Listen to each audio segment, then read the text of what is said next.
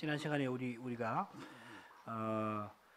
사람이 창조받은 지위에 있을 때 하나님께서 사람에게 특별히 행하신 섭리가 무엇인가 하는 것을 배웠습니다. 그건 하나님께서 아담과 더불어 생명 언약을 맺으신 것이지요. 하나님께서 아담과 우리 인생과 특별한 관계에 들어가신 것인데, 이 언약을 맺기 위하여서, 이 관계를 맺으시기 위하여서 하나님은 친히 이 피조물의 지위로 낮아지셨습니다. 둘째로 하나님께서 이 언약을 맺으실 때에 인생이 마땅히 드려야 할 순종을 조건으로, 의무 조건으로 제시하십니다. 하나님께서 언약을 맺지 않으신다 하더라도 인생이 하나님을 순종해야 했습니다.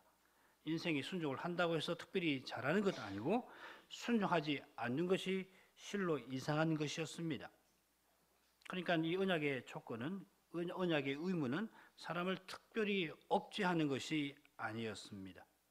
게다가 하나님께서는 선악과 금령을 내리시기 전에 먼저 동산나무, 각종 나무의 실과를 마음대로 먹으라 하셨습니다. 아울러서 이 선악과 금령을 내리신 것은 아담이 거룩한 소명과 사명을 잘 이루게 하신 것이었습니다. 하나님께서 선악과 금령을 내리신 뜻을 깨닫고 거룩한 동산에서 하나님을 섬길 수가 있게 하셨을 뿐만 아니라 온 세상에서 하나님을 대신하여 모든 생물을 다스릴 수 있게 하신 겁니다. 선악과 금령은 사람의 자유를 제한하는 족쇄가 아니라 사람의 참된 자유를 보장하는 아름다운 울타리였습니다. 그것은 지금도 마찬가지입니다. 하나님의 이 율법을 들을 때 나를 옥죄는 족쇄구나, 그런 느낌이 들면은 문제가 있는 겁니다. 셋째로 하나님께서는 피조물이 마땅히 드려야 할 순종을 조건 삼아서 영원한 생명을 주마 약속하셨습니다.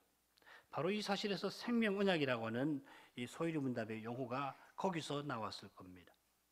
우리와 달리 아담은 창조될 때 반드시 죽어야 하는 존재가 아니었습니다. 죄 없는 상태로 지음받았습니다.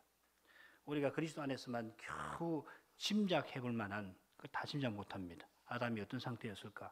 어떤 건 짐작이 되고 어떤 것은 우리의 생각을 초월하는 그런 상태로 아담은 지음을 받았습니다. 그러나 인생은 죄에 지을 수 있는 상태로 지음받았고 따라서 죽을 수 있는 존재였습니다. 하나님께서는 생명 언약을 통해서 아담이 인생이 죽을 수 없는 상태로, 죄 지을 수 없는 상태로 나아갈 수 있게 하겠다고 약속하신 것입니다. 이 약속은 우리가 장차 그리스도 재림하실 때 맛보게 될 영원한 복과 관련이 될 겁니다. 그날 우리는 썩지 아니하고 약하지 아니하고 욕되지 아니한 영광스러운 부활의 몸을 입을 것인데, 하나님이 아담에게 약속하신 복도 바로 이 영원한 생명이었습니다.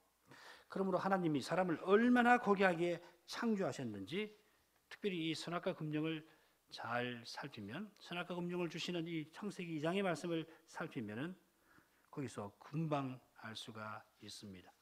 하나님께서 하나님의 형상대로 사람을 지으실 뿐만 아니라 하나님의 형상대로 지으신 목적을 이룰 수 있도록 생명 언약을 맺어 주셨던 겁니다.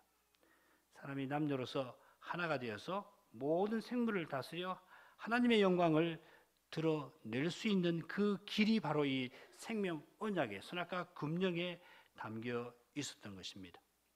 생명 언약은 사람이 하나님이 주시는 모든 선한 것으로서 하나님과 거룩한 교제 가운데 있으면서 하나님이 보이시는 거룩한 뜻을, 주시는 사명을 받들고 나가게 하신 것입니다. 자, 이것이 오늘 우리가 배울 13문에서 말하는 창조받은 지위라고 하는 표현에 담긴 내용이겠습니다. 그러면 13문으로 가서 새로운 주제를 살피도록 해보십시다. 13문, 우리 시조가 창조받은 지위에 그대로 있었습니까?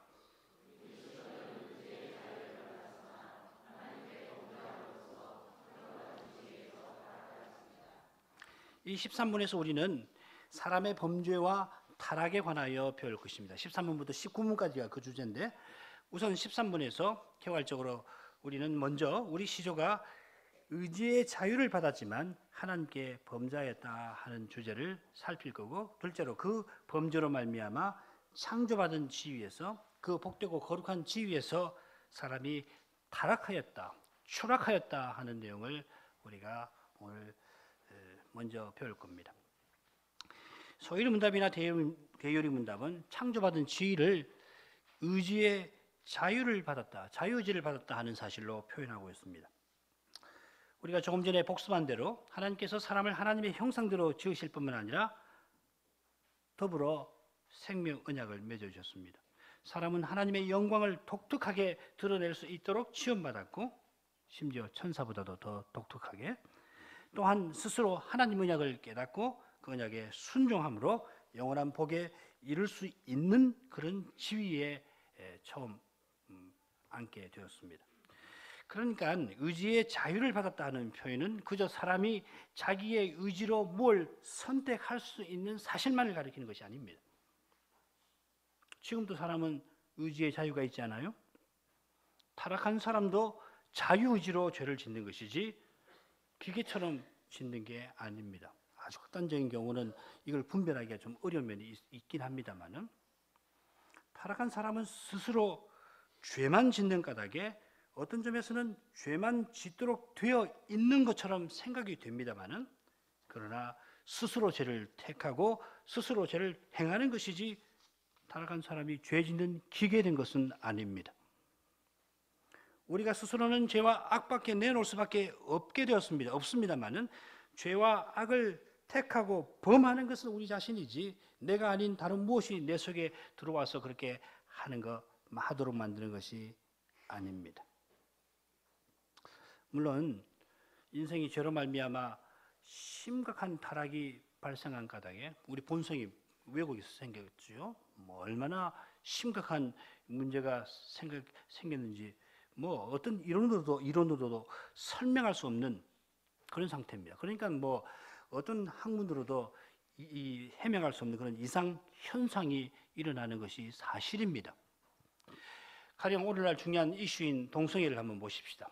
많은 학자들이 동성애를 타고나는 것이라 주장을 합니다만은 실은 그 누구도 이거 증명 못합니다. 하나님께서 사람을 그렇게 짓지 아니하셨으니까 동성애가 타고난 본성에 속한다 하는 이 주장이 증명될 리가 없습니다. 그럼에도 불구하고 그런 주장이 나올 만큼 동성애는 결코 쉬운 문제 아닙니다. 많은 동성애자들이 자기 자신도 이 성향을 내가 어떻게 해볼 수가 없다고 눈물을 흘리면서 호소를 하고, 또 나라 여러 기관에서 이런저런 방법을 동원해서 이런 성향을 억지로 바꾸려고 해봤지만 아직까지 별 뾰족한 수 없습니다. 이게 지금까지 연구된 내용입니다. 오히려 무슨 방법을 썼더니 오히려 더 심각해집니다. 그것이 본성이 아니니까 네가 마음을 먹고 바꿔 보아라 한들 안 됩니다. 가령 아침에 일어나고 밤에 자는 습관만 하더라도 한번 굳어지면은 이 점체 바뀌지 않지 않습니까? 오늘날 많은 현대인의 문제점이 여기 있습니다. 밤인데도 잠을 자지 않는 현상이 어느덧 이 현대 문명의 일부가 되어버렸습니다. 그런 까닭에 습관을 일러서 제2의 천성이라 그렇게 말하기도 합니다. 좋은 습관을 기르면은 큰 힘을 들이지 않고, 힘 들이기는커녕 자동적으로 많은 유익을 얻을 수가 있고, 나쁜 습관에 빠지면 그만큼 고생합니다. 그런데 동성애는 그런 습관 정도가 아닌 듯합니다. 그런 점에서 동성애는 심각한 죄임에 틀림없습니다만은 동성애 성향을 가진 사람을 우리가 이해하려고 노력해야 할 필요가 있습니다. 우리가 그들을 참으로 이해하려면 타락의 심각함을 하나님 말씀에서 잘 배워야 합니다. 얼마나 타락이 무서운 건가? 세상에 사람의 죄로 말미암아 이런 일이 다 일어날 수 있는가? 이거 이론 아닙니다. 우리가 날마다 죄에 대해서 깊이 깨닫고 인정하지 않으면 이해하기 어려운 일이죠. 인생의 죄가 어떤 결과를 가져올 수 있는지 철저히 배우면은 그 어떤 인간 이론으로도 설명할 수 없는 그런 심각한 현상이 죄의 결과로 생길 수 있다는 것을 알게 됩니다. 동성애가 심각합니다만 사이코패스는 어떻습니까? 어떻게 더 심각하다고 할 수 있을까요? 어떻게 그런 유형의 인간이 나올 수가 있습니까?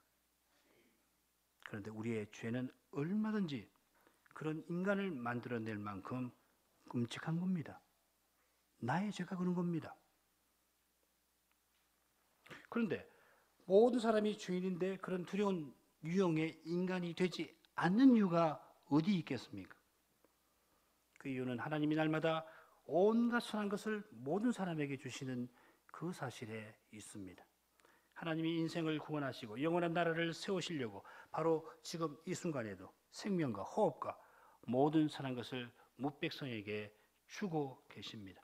아름다운 예술과 심오한 철학과 뛰어난 도덕이 인간 사회에서 사라지지 않게 하십니다.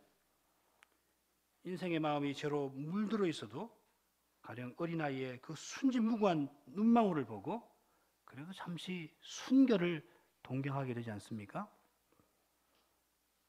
우리 안에 온갖 욕망이 들끓고 있습니다만은 그런데도 놀랍게도 그 욕망들은 때때로 이 세상 저 너머로 우리 마음을 향하도록 하지 않습니까? 수많은 사람들이 날마다 욕망의 종이 되어서 이 세상 행복으로 욕망을 채워보려고 합니다만은 채우려고 하면 할수록 욕망이 줄어들거나 사라지는 것은 물론이고 줄어들지 않고 오히려 더 커지는 데에서 더욱더 욕망에 종살이를 하게 됩니다만은 그런데 그 찰나의 순간, 때때로 찰나의 순간 그 욕망이 정말 채워지리라고 하는 길에 소망, 그것이 사람 마음에 일어나지 않아요. 그 소망이 이 세상 저 너머에서 채워질 수 있다는 것을 모르기 때문에 계속 눈에 보이는 것으로 그 욕망을 채우려고 하고 거기에 모든 것을 쏟아붓습니다마는 채울수록 채워지지 아니하는데도 불구하고 여전히 채워질 수 있으리라고 하는 기대는 어디서 올까요? 이것은 하나님께서 영혼을 사모하는 마음을 사람에게 주시는 것과 무관하지 않을 겁니다. 아무튼 하나님께서 매 순간 온 세상을 유지 보존하시니까 우리 인생의 죄가 상당히 억제되는 것이에요. 내 죄가 억제되는 겁니다. 뭐 다른 사람 이야기할 거 없습니다. 내가 이렇게 버젓이 사는 이유가 하나님이 억제해 주시니까 가능한 겁니다. 내 성격대로 내 욕심대로 그렇게 살도록 한 시간만 너 그렇게 해보라고 그러면 우리는 어떤 상태일지 모릅니다. 무슨 짓을 할지 모릅니다. 그러므로 태초에 사람이 의지의 자유를 받았다는 사실은 지금 타락한 사람이 죄만 짓는 의지를 발휘하는 것과 전혀 다릅니다. 창조 시에 사람이 의지의 자유를 받았다는 것은 아담이 선하게 지음받고 하나님의 동산에 이끌려 들어가서 모든 실과를 먹을 수 있는 여건에서 거룩한 소명을 받고 하나님과 교제할 뿐만 아니라 돕는 배필을 얻어서 참으로 즐거워했던 그런 것을 가리키는 겁니다. 그저 뭘 선택할 수 있는 자유를 받은 것이 아니라 선한 것을 선택할 수 있는 능력과 그 여건을 받은 것이에요. 이게 중요한 거. 자유의지할 때 중요한 건 이 능력이거든요. 선한 것을 알고 그 선한 것을 행할 수 있는 능력, 그리고 게다가 그것을 선택할 수 있는 여건을 다 허락을 받은 것을 가리키는 겁니다. 요컨대 우리 시조는 하나님이 말씀하신 그 약속을 택하지 않을 수 없는 그런 상태와 지위에 있었던 겁니다. 자, 그런데 그런 지위와 상태에서 대체 어떤 일이 벌어졌습니까? 창세기 3장 2절 3절로 가보죠. 여자가 뱀에게 말하되 동산나무의 실과를 우리가 먹을 수 있으나 동산 중앙에 있는 나무의 실과는 하나님의 말씀에 너희는 먹지도 만지지도 말라. 먹지도 말고 만지지도 말라. 너희가 죽을까 하노라 하셨느니라. 우리가 지난 시간에 공부했던 선악과 금령의 내용과 굉장히 비슷한데 꼼꼼하게 살피면 하와의 대답이 여러 군데에서 허점을 드러냅니다. 하나님께서는 동산 각종 나무의 실과를 마음대로 먹으라 하셨는데 각종, 모든이란 말이죠. 모든이라는 표현이 사라져버리고 마음대로, 의미로라고 하는 표현도 사라져버렸습니다. 빠지거나 약화되었습니다. 둘째로 하나님은 선악을 알게 하는 나무의 실과에 관해서 금하셨는데 하와는 얼버무려서 동산 중앙에 있는 나무의 실과라고 표현합니다. 이게 뭐 완전히 틀린 표현은 아닙니다만 그렇다고 정확한 표현도 아닙니다. 동산 중앙에는 선악을 알게 하는 나무만 있었던 것 아니고 생명나무도 있었던 것입니다. 그처럼 하와는 만지지도 말라고 말씀하시지도 않았는데 그 하시지도 않은 말씀을 덧붙입니다. 먹는 날에는 정녕 죽을 것이다 하셨는데 죽을까 하노라 하셨다고 하나님의 명령에 어조를 누그러뜨립니다. 여러분 잘 알고 계시는 내용입니다. 하와는 이처럼 하나님의 말씀을 더하기도 하고 빼기도 합니다. 이는 그가 하나님 말씀을 어떻게 대했는지를 짐작하게 합니다. 하와는 하나님의 말씀에 하고서 그렇죠. 3장 3절에 보면 하나님의 말씀에 하고는 선악을 알게 하는 나무의 실과를 따먹지 말라는 내용을 비슷하게 언급하고 동산 각종 나무의 실과는 네가 마음대로 먹으라 하는 말씀은 그 내용은 하나님 말씀에서 제외시켜버렸습니다. 그렇죠. 근데 창세기 2장 16절 보면 여호와 하나님이 그 사람에게 명하여 가라사대 동산 각종 나무의 실과는 네가 임의로 먹되 하셨습니다. 하와가 뱀의 유혹을 받았던 것은 바로 하나님의 말씀을 대하는 이런 태도 때문이 아니고 무엇이겠습니까? 평소에 하나님의 말씀을 철저하게 깨닫고 있었다면 그 말씀이 살아서 약동하였더라면 뱀이 하나님이 참으로 너희들어 동산 모든 나무의 실과를 먹지 말라 하시더냐 할 때에 그러면 하와가 어떻게 했어야 되겠습니까? 적어도 최소한 아니 지금 네가 무슨 말 하느냐 뭐 대꾸할 것도 없어요. 사실은 적어도 지금 무슨 정신없는 소리 하고 있느냐 하고서 뱀의 유혹, 사탄의 유혹에 걸려들지 않았을 겁니다. 아니 뱀이 무슨 말을 하는 그 현상에 철저히 경계심을 갖고 아예 상종하지 않았을 것입니다. 마찬가지로 아담이 동산을 지키라고 하신 하나님의 명령을 마음에 새겼더라면 하와가 동산에 낯선 뱀이 낯선 뱀이 출입하게 하지 못하게 막았을 것이고 아내가 말하는 이상한 뱀과 수작하게 하지 않았을 것입니다. 하나님의 말씀을 철저히 받아 철저히 깨닫고 나가지 아니한 허점은 막연하게 어떤 원칙이나 아니고 하나님 말씀이 이 활동을 하지 아니하고 나간 그 허점이 결국 하와가 뱀의 유혹에 넘어가서 선악과를 따먹고 아담도 아내가 건네주는 선악과를 먹는 대로 나가고 만 것입니다. 아담이 하나님의 금령을 위반해서 죄를 짓고 말았습니다. 그러면 어떻게 해서 아담과 하와가 하나님 말씀을 철저히 지키지 못했는가? 어떻게 해서 아담이 하와가 건네주는 선악과를 따먹었는가? 우리가 그 이유를 다 알지 못합니다. 그 이유를 다 캐낼 수가 없습니다. 어떤 훌륭한 신학자들과 목사님들은 아담과 하와가 하나님을 사랑하는 일에 있어서 부족한 까닭에 그렇게 되었다 설명하기도 하고 또 어떤 훌륭한 신학자는 탐욕이 아담의 범죄의 근원이다. 그 이유를 제시하기도 합니다. 여러 견해들이 아담의 죄를 이해하는 데에 이렇게 저렇게 도움은 되겠습니다만은 그럴지라도 죄의 근본적인 원인에 대해서는 우리가 알 수가 없습니다. 어떻게 죄 없는 상태에서 하와가 하나님 말씀을 그렇게 부실하게 대할 수 있었을까? 우리로서는 잘 알기 어렵습니다. 분명한 사실 하나는 하나님의 말씀을 철저히 붙들지 아니하고는 죄를 피할 수 없다 하는 겁니다. 오늘날도 강단에서 전파되는 그 복음 겸손히 듣고 그 말씀을 깨닫지 아니하면 죄를 이길 수 없습니다. 오늘 오전 성경 무시안에도 말씀을 드린 줄 아는데 하나님 말씀이 내 안에서 약동하지 않으면 죄 못 이깁니다. 원칙 가지고 이긴다 어림없습니다. 오히려 더 큰 죄지 있습니다. 참으로 하나님 말씀을 깨닫지 아니하고서 부패한 본성을 가진 우리가 어떻게 죄를 이길 수가 있단 말입니까? 마찬가지로 하나님을 사랑하지 아니하고는 말씀을 가까이 하지 못하게 되고 그러면 죄를 이기지 못합니다. 하나님의 사랑을 확신하는 사람은 말씀을 가까이 하고 마침내 죄를 이길 수 있습니다. 예컨대 죄를 해결할 수 있는 길을 하나님이 친히 보여주셨습니다. 죄를 범한 원인을 다 알아야 죄를 해결할 수 있는 것 아닙니다. 사람이 죄의 원인을 알 수가 없습니다. 성경은 내가 아담 안에서 죄인이고 내가 죄인이어서 죄를 짓는다고 교훈합니다. 내가 죄를 지어 죄인이 아니라 죄인이어서 죄를 짓습니다. 이게 우리 상태입니다.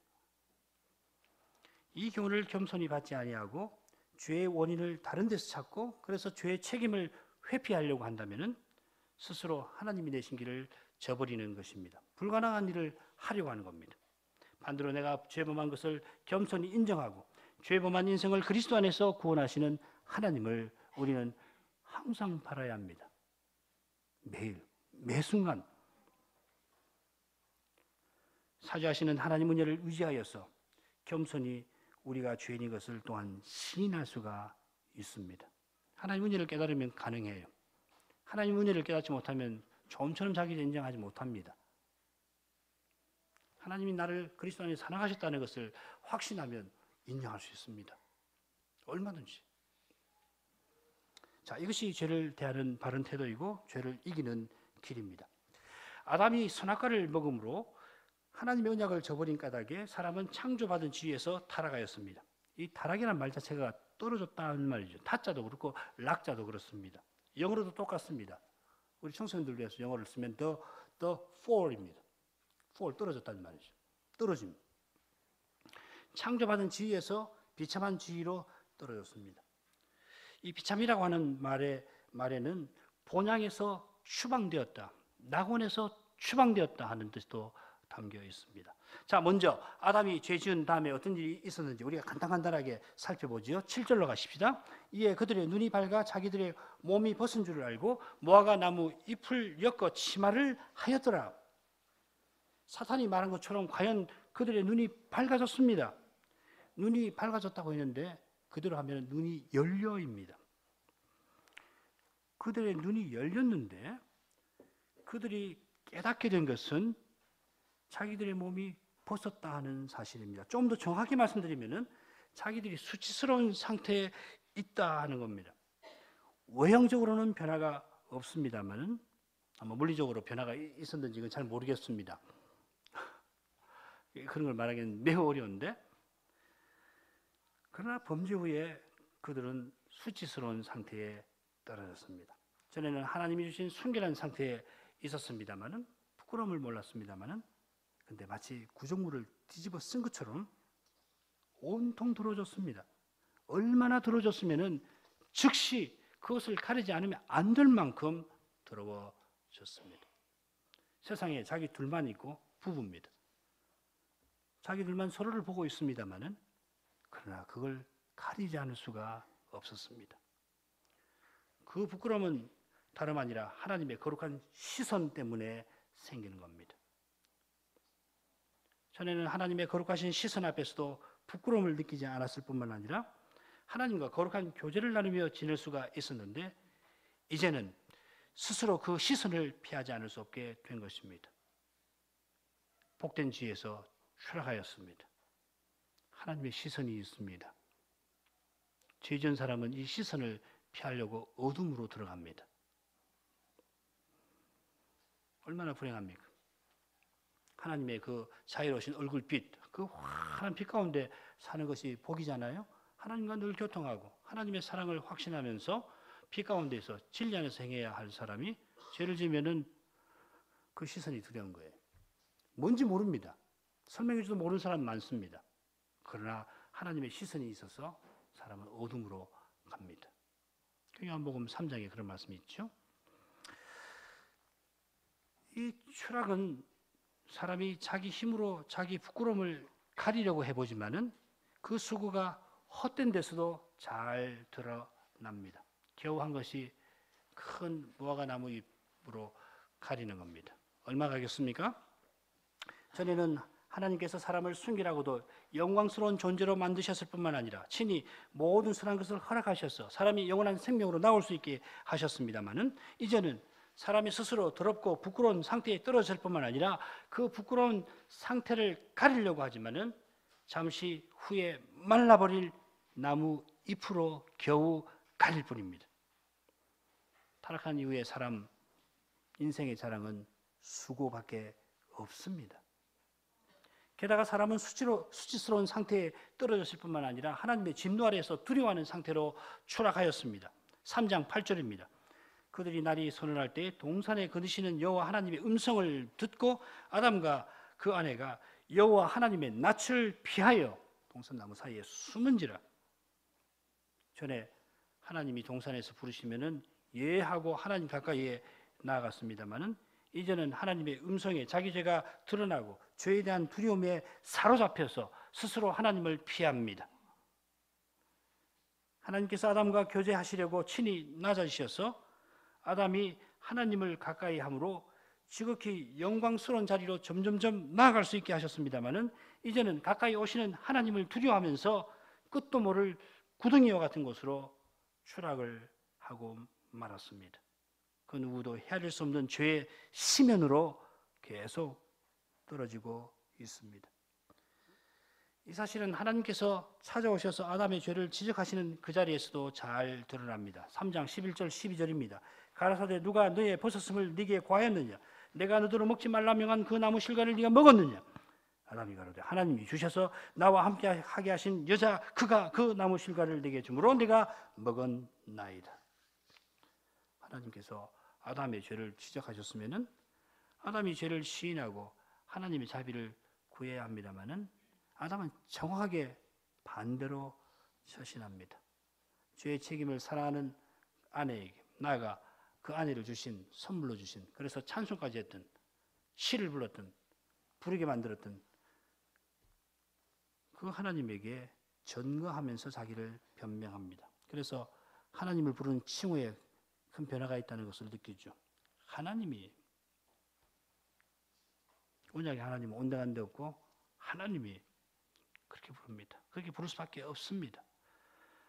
사람이 본래 그리스도처럼 하나님을 사랑해서 하나님의 뜻을 쫓아 죽는데도 나아갈 뿐만 아니라 다른 사람을 사랑하여 목숨을 버릴 만큼 사람은 그렇게 고귀하게 지음을 받았습니다마는 죄로 말미암아 우리 인생은 하나님과 이웃을 미워하는 상태로 추락하였습니다. 아담만 그런 거 아니고 하와도 그런 점에서 마찬가지죠.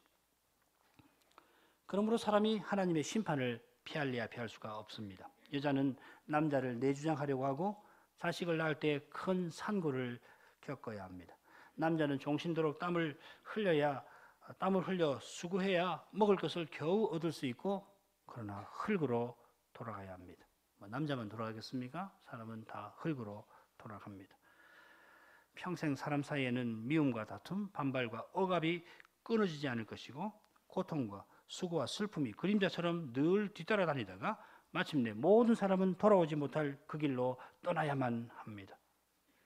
그런데 그 길이 순식간에 우리 앞에 다가오지 않습니까? 우리의 연수가 70이요 강건하면 80이라도 그 연수의 자랑은 수고와 슬픔뿐이요 신속히 가니 우리가 날아가나이다. 시편 90편 10절의 말씀입니다. 선악과 금령을 받던 아담의 상태와 비교하면 추락도 이런 추락이 없습니다. 그런데 이게 끝이 아닙니다. 한 번 죽는 것이 사람에게 정하신 바가 되었을 뿐만 아니라 영원한 심판이 우리를 기다리고 있습니다.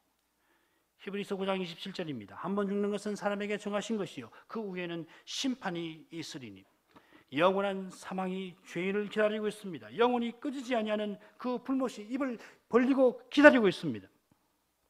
하나님께서 선악과 금령을 내실 때에 영원한 하늘이 두 팔을 벌리고 그 금령을 순종하는 사람을 기다리고 있었습니다마는 죄범한 인생은 그 복된 지위에서 추락하고 말았습니다. 영원한 불못이 기다리고 있습니다. 얼마나 시커먼지 모릅니다. 얼마나 두려운지 모릅니다. 인생이 저로 말미암은 타락이 이렇게 두렵습니다. 그런데 우리가 지금까지 인간의 타락에 관해서 살피면서 중요한 사실 하나를 지내쳤던 거 아마 모르지 않으실 겁니다. 하나님께서 하와를 유혹했던 뱀을 심판하시면서 또 하와와 아담을 심판하시면서 인생의 구원에 관한 뜻을 밝히시고 그 뜻을 이룰 수 있는 길을 내셨다 하는 겁니다.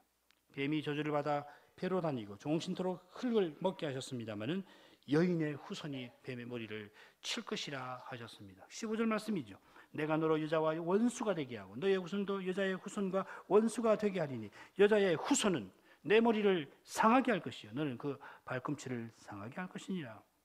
바로 이 복음 덕분에 우리 인생은 타락한 이후 즉시로 영원한 멸망에 떨어지지 아니하고 그리스도 다시 오시는 날까지 모든 인생은 날마다 선한 것을 온갖 선한 것을 맛볼 수가 있게 되었습니다. 하나님이 주신 선한 선물들 덕분에 선하신 그 하나님 덕분에 이 세상에 죄가 가득하지만 지옥같이는 않게 되었습니다. 그렇지만 사람은 낙원에서 추방되었습니다. 창세기 3장 23절입니다. 여호와 하나님이 에덴 동산에서 그 사람을 내어보내어 그의 근본된 토지를 갈게 하시니라. 낙원에서 추방된 까닭에 온갖 선한 것을 여전히 누리긴 합니다마는 그 스스로는 수고와 슬픔뿐인 삶을 살 수밖에 없습니다. 무엇보다 고향에서 추방되어서 평생 유리방황하는 그런 삶을 살 수밖에 없습니다. 죄범한 사람은 자기가 어디서 와서 어디로 가는지 알지 못할 뿐만 아니라 가노라고 가지만은 무엇에 걸려 넘어지고 그러나 무엇 때문에 넘어진지를 모를 뿐만 아니라 다시 일어서지만 넘어지기 위해서 다시 일어납니다. 그리고 또다시 넘어집니다. 그리고 다시 일어납니다. 영원히 일어나지 못하기 위하여서. 고향으로 본향으로 돌아가는 길은 에덴의 동편 문을 막으셨던 여호와 하나님이 친히 여셨습니다. 본래 하늘 본향을 향하여 지원받은 인생이 스스로 지옥을 택하였으니 인생이 스스로는 구원 얻을 소망이 전혀 없었습니다. 그런데 하나님의 사랑에서 소망이 나타났습니다. 사랑하시는 하나님이 소망이십니다. 우리 인생이 자기를 부인하고 겸손히 하나님의 사랑을 구해야 마땅할 겁니다. 자, 이런 내용들이 앞으로 우리가 19문까지에서 배울 인생의 죄라고 하는 교리에서 핵심 내용이 되겠습니다. 그러면은 13문으로 가서 그 내용을 간단히 살피고 오늘 마치도록 하겠습니다. 13문, 죄가 무엇입니까?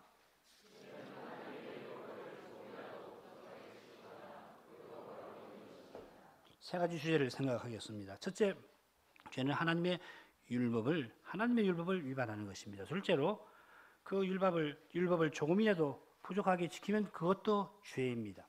셋째로 그 법을 어기는 것이 또한 죄입니다. 둘째와 셋째는 합해서 배울 겁니다.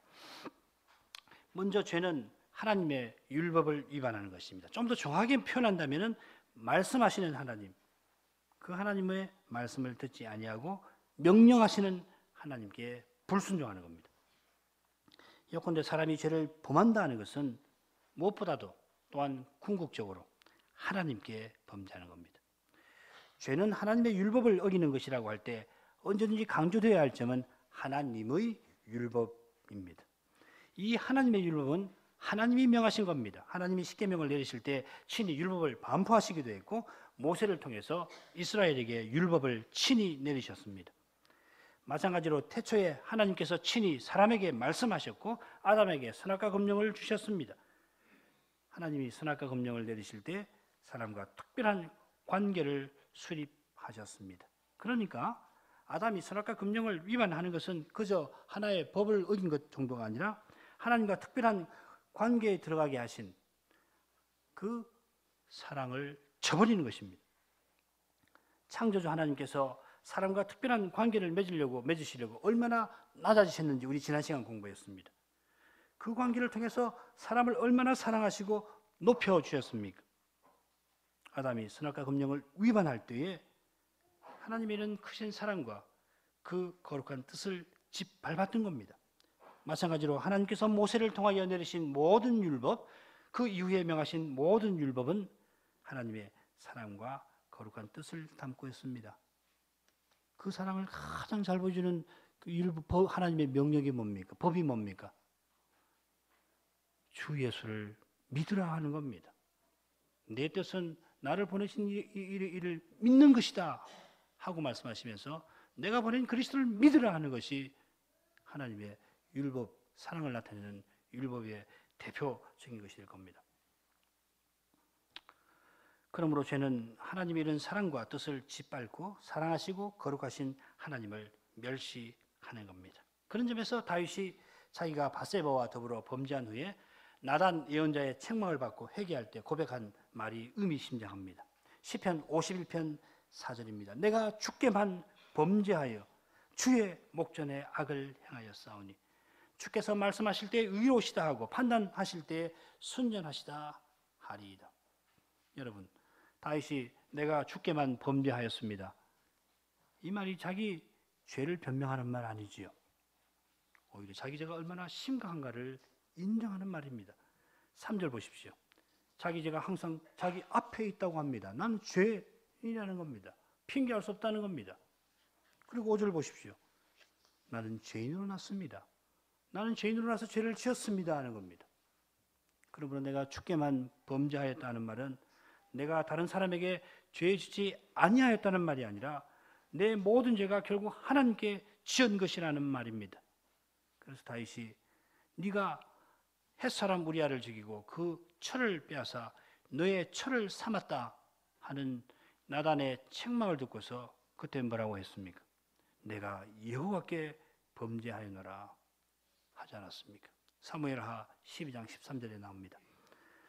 우리가 사람에게 잘못한 그때에도 심지어 누구에게 직접 잘못하지 아니할 뿐만 아니라 그저 내 마음으로 그렇던 생각을 한번 품었다 하는 그때에라도 그것이 하나님께 범한 죄라고 하는 것을 깨닫고 하나님 앞에서 우리 마음을 겸비해야 옳을 겁니다. 더 나아가 나도 모르는 사이에 내가 뭐 그런 생각을 하려고 했던 것도 아닌데 불현듯 내 마음에 그렇던 생각이 떠올랐다가 그러고서 이내 사라졌더라도 아유 그럴 수도 있지 하고 대수롭게 지나칠 것이 아니라 그런 생각이 불현듯 내 마음을 스치고 사라지는 바로 그 사실에서 우리 인생의 타락이 얼마나 깊고 깊은지를 하나님 앞에서 성찰하고 우리 마음을 겸비해야 옳을 것입니다.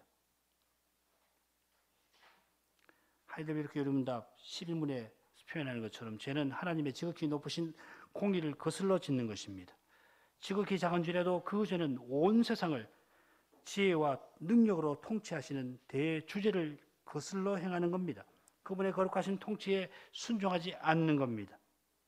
게다가 대주제 하나님이 태초에 인생을 복되게 하시려고 거룩한 법을 내셨고 타락한 이후에도 인생을 구원하려고 율법을 내셨는데 그 법을 순종치 아니하고 거역한다면 어떻게 그 죄를 작다 하겠습니까? 나움 선지자는 이렇게 말씀을 전합니다. 여호와는 투기하시며 보복하시는 하나님이시라. 여호와는 보복하시며 자기를 대적하는 자에게 진노를 품으시며 여호와는 노하기를 더디하시며 권능이 크시며 죄인을 결코 사하지 아니하시느니라. 여호와의 길은 회리바람과 광풍에 있고 구름은 그 발을 티끌이로다. 3절에 여호와는 노하기를 더디하시는 하나님이라 하였습니다. 그런 점에서 우리 하나님은 권능이 크신 분입니다. 노하기를 더디하는 점에서 하나님이 얼마나 거룩하신지 우리 모두가 증인입니다. 하나님 우리를 얼마나 참으십니까? 우리 일생을 돌아보십시다. 얼마나 참으십니까? 하나님 아니시면 참지 못할 거예요. 사람이 상상할 수 없을 만큼 길이 참으시는 일에서 거룩한 능력을 나타내십니다. 그런 하나님을 끝까지 거역하는 사람은 어떻게 되겠습니까? 아니, 어떻게 되어야 하겠습니까? 하나님께서 길이 참으시는 동안, 그동안 인생은 자기 죄를 깨닫고 그 죄에서 돌이켜야 마땅할 겁니다. 그 죄에서 돌이킬 수 있게 해주시라고 하나님께 겸손히 기도해야 합니다. 이것이 지혜로운 일일 뿐만 아니라 이것만이 죄부한 인생이 살 수 있는 유일한 길입니다. 회개하라는 말씀을 들을 때마다 회개하십시오. 겸손하라는 말을 들을 때마다 교만한 마음을 놓고서 하나님 앞에서 고쳐달라고 기도하십시오. 이건 우리가 해야 할 일일 뿐만 아니라 이렇게 하지 않으면 안 됩니다. 어떻게 하나님을 대적하시겠습니까? 어떻게 하나님 진노하시는 하나님 앞에 목을 꼿꼿이 세우고 우리가 그대로 있을 수가 있습니까? 두려운 일입니다. 소유문답과 대유문답은 하나님의 율법을 범하는 죄를 두 종류로 제시합니다. 이 구분은 율법의 종류에 따른 것일 겁니다. 율법에는 명하는 법이 있는가 하면 금하는 법이 있습니다. 십계명에 잘 아시는 대로 8개의 금령이 있고 2개의 명령이 있습니다. 흥미롭게도 십계명을 크게 하나님과 관련된 계명과 이웃과 관련된 계명, 1계명에서 4계명, 5계명에서 10계명 둘로 나눌 수 있는데 각 부분에 명령이 하나씩 있고 그 명령은 첫 부분의 마지막에, 둘째 부분의 처음에 4계명과 5계명이 명령이고 나머지 앞에 3개, 뒤에 5개는 금령입니다. 왜 이런 방식으로 하나님께서 십계명을 주셨을까요? 우리 청소년들 생각해 볼 만하겠죠. 생각해 보십시오.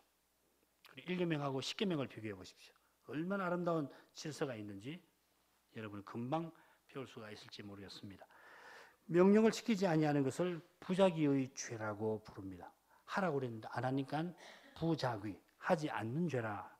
또 금령, 하지 말라고 했는데 행하니까 그것을 작위의 죄라고 합니다. 우리가 흔히 죄를 생각할 때는 금령을 어기는 것을 떠올립니다마는 명령을 온전히 지키지 못하는 것, 조금이라도 명령을 받들지 아니하는 것도 죄입니다.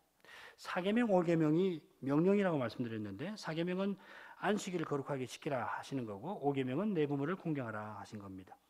이 명령은 우리가 매주일 그리고 매일 평생토록 받들어야 합니다. 혹시 우리가 한 주일을 거룩하게 지켰다 한들 사실 그거 안 되죠. 그런데 그렇다고 치십시다. 한 주인도 우리가 거룩하게 하나님 앞에 지켰습니다. 할 수 있을까요? 혹 그렇게 했다고 하더라도 그것으로 충분하지 못합니다. 우리가 부모님을 한번 공경했다고 해서 하나님의 명령을 온전히 지킨 것 아닙니다. 오늘 그렇게 했더라도 내일 또 부모님을 공경해야 하고 다음 주에도 역시 하나님을 예배해야 합니다. 참되게 예배해야 합니다. 우리 사는 내내 안식일을 지켜서 하나님을 사랑하고 부모를 공경하는 태도로 이웃을 사랑해야 합니다. 하나님이 미워하시는 일을 조금이라도 행했거나 이웃을 미워하는 일이 조금이라도 있으면 우리는 명령을 순종한 것이 아니고 우리는 죄인입니다. 엄격하죠? 사람으로서는 엄격하다는 생각을 가질 수 있고 사람들 가운데서는 나보다 못한 사람이 있어서 우리는 자기를 낫다고 여기기 쉽습니다마는 그러나 마음을 다하고 목숨을 다하고 뜻을 다하여 주 너희 하나님을 사랑하라 하신 이것이 율법의 강령이라고 주님이 가르쳐 주셨는데 그 주님 앞에서는 그런 마음 품는 것이 부끄러워집니다. 그런 마음을 품었더라도 주님 앞에 설 때는 한없이 부끄러워지지 않습니까? 십자가를 지신 주님을 배울 때 태초에 하나님이 사람을 지으신 것이 무엇인지를 우리는 비로소 깨닫습니다. 그런 까닭에 우리가 죄를 지어 죄인이 아니라 죄인이어서 죄를 짓는다는 것을 실감합니다. 내가 죄인이구나. 내가 조금 잘못한 것이 아니라 내 안에 부패한 본성이 있음을 깨닫습니다. 명령만 아니라 금령도 결국 목숨을 다하여 하나님을 사랑하고 그와 같이 이웃을 사랑하라 하시는 것이므로 우리가 금령을 직접 위반하지 않았더라도 금령을 내신 하나님의 뜻을 온전히 받들지 못하는 것을 부인할 수가 없겠습니다. 나는 너희에게 이르노니 형제에게 노하는 자마다 심판을 받게 되고 형제를 대하여 나가라 하는 자는 공회에 잡히게 되고 미련한 놈이라고 하는 자는 지옥불에 들어가게 되리라. 칼을 들어서 형제를 찔러 죽이지 않더라도 형제를 향해서 마음에 노를 품거나 형제의 인격을 무시하는 말을 하는 것으로도 거룩하신 주님 앞에서는 살인한 것과 다름없습니다. 주님께서 위하여 목숨 버리신 형제이므로 나 또한 그 형제를 위해서 목숨 버리는 것이 마땅하다고 여겨야 하는데, 그렇게 고귀한 형제를 부당하게 대하는 것은 곧 주님을 부당하게 대하는 것이기 때문에 그렇습니다.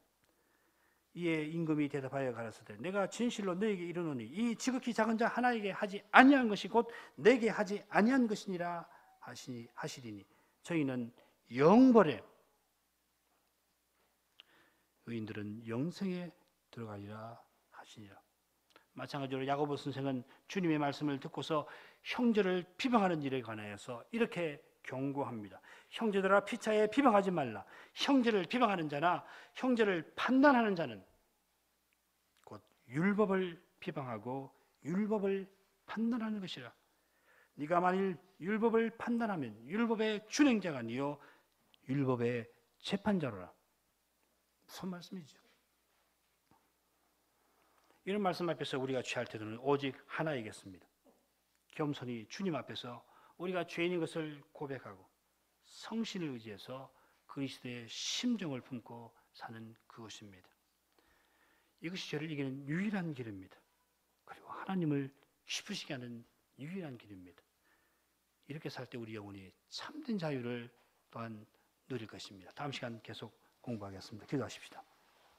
그리고 하신 아버지 복음의 교훈 앞에서 우리 인생의 죄가 무엇인지를 알게 하심을 감사하나이다. 그리스도 안에서 죄 사함 받고 그리스도로 행할 수 있게 하시는 까닭에 저희가 죄인임을 겸손히 고백할 수 있게 될 뿐만 아니라 기꺼이 고백할 수 있도록 이끄시옵나이다. 그리스도 안에서 참된 자유를 누릴 수가 있사오며 성신 안에서 참된 능력, 신령한 자유를 맛볼 수 있나이다. 이 참되고 신령한 능력을 사모하게 해주시고 그 능력으로 날마다 죄를 이기고 거룩한 사랑 가운데 하나 될 수 있게 하옵소서. 이런 저희를 통하여 주님의 이름이 영광을 받으시게 하여 주옵소서. 예수님 이름으로 기도합니다. 아멘.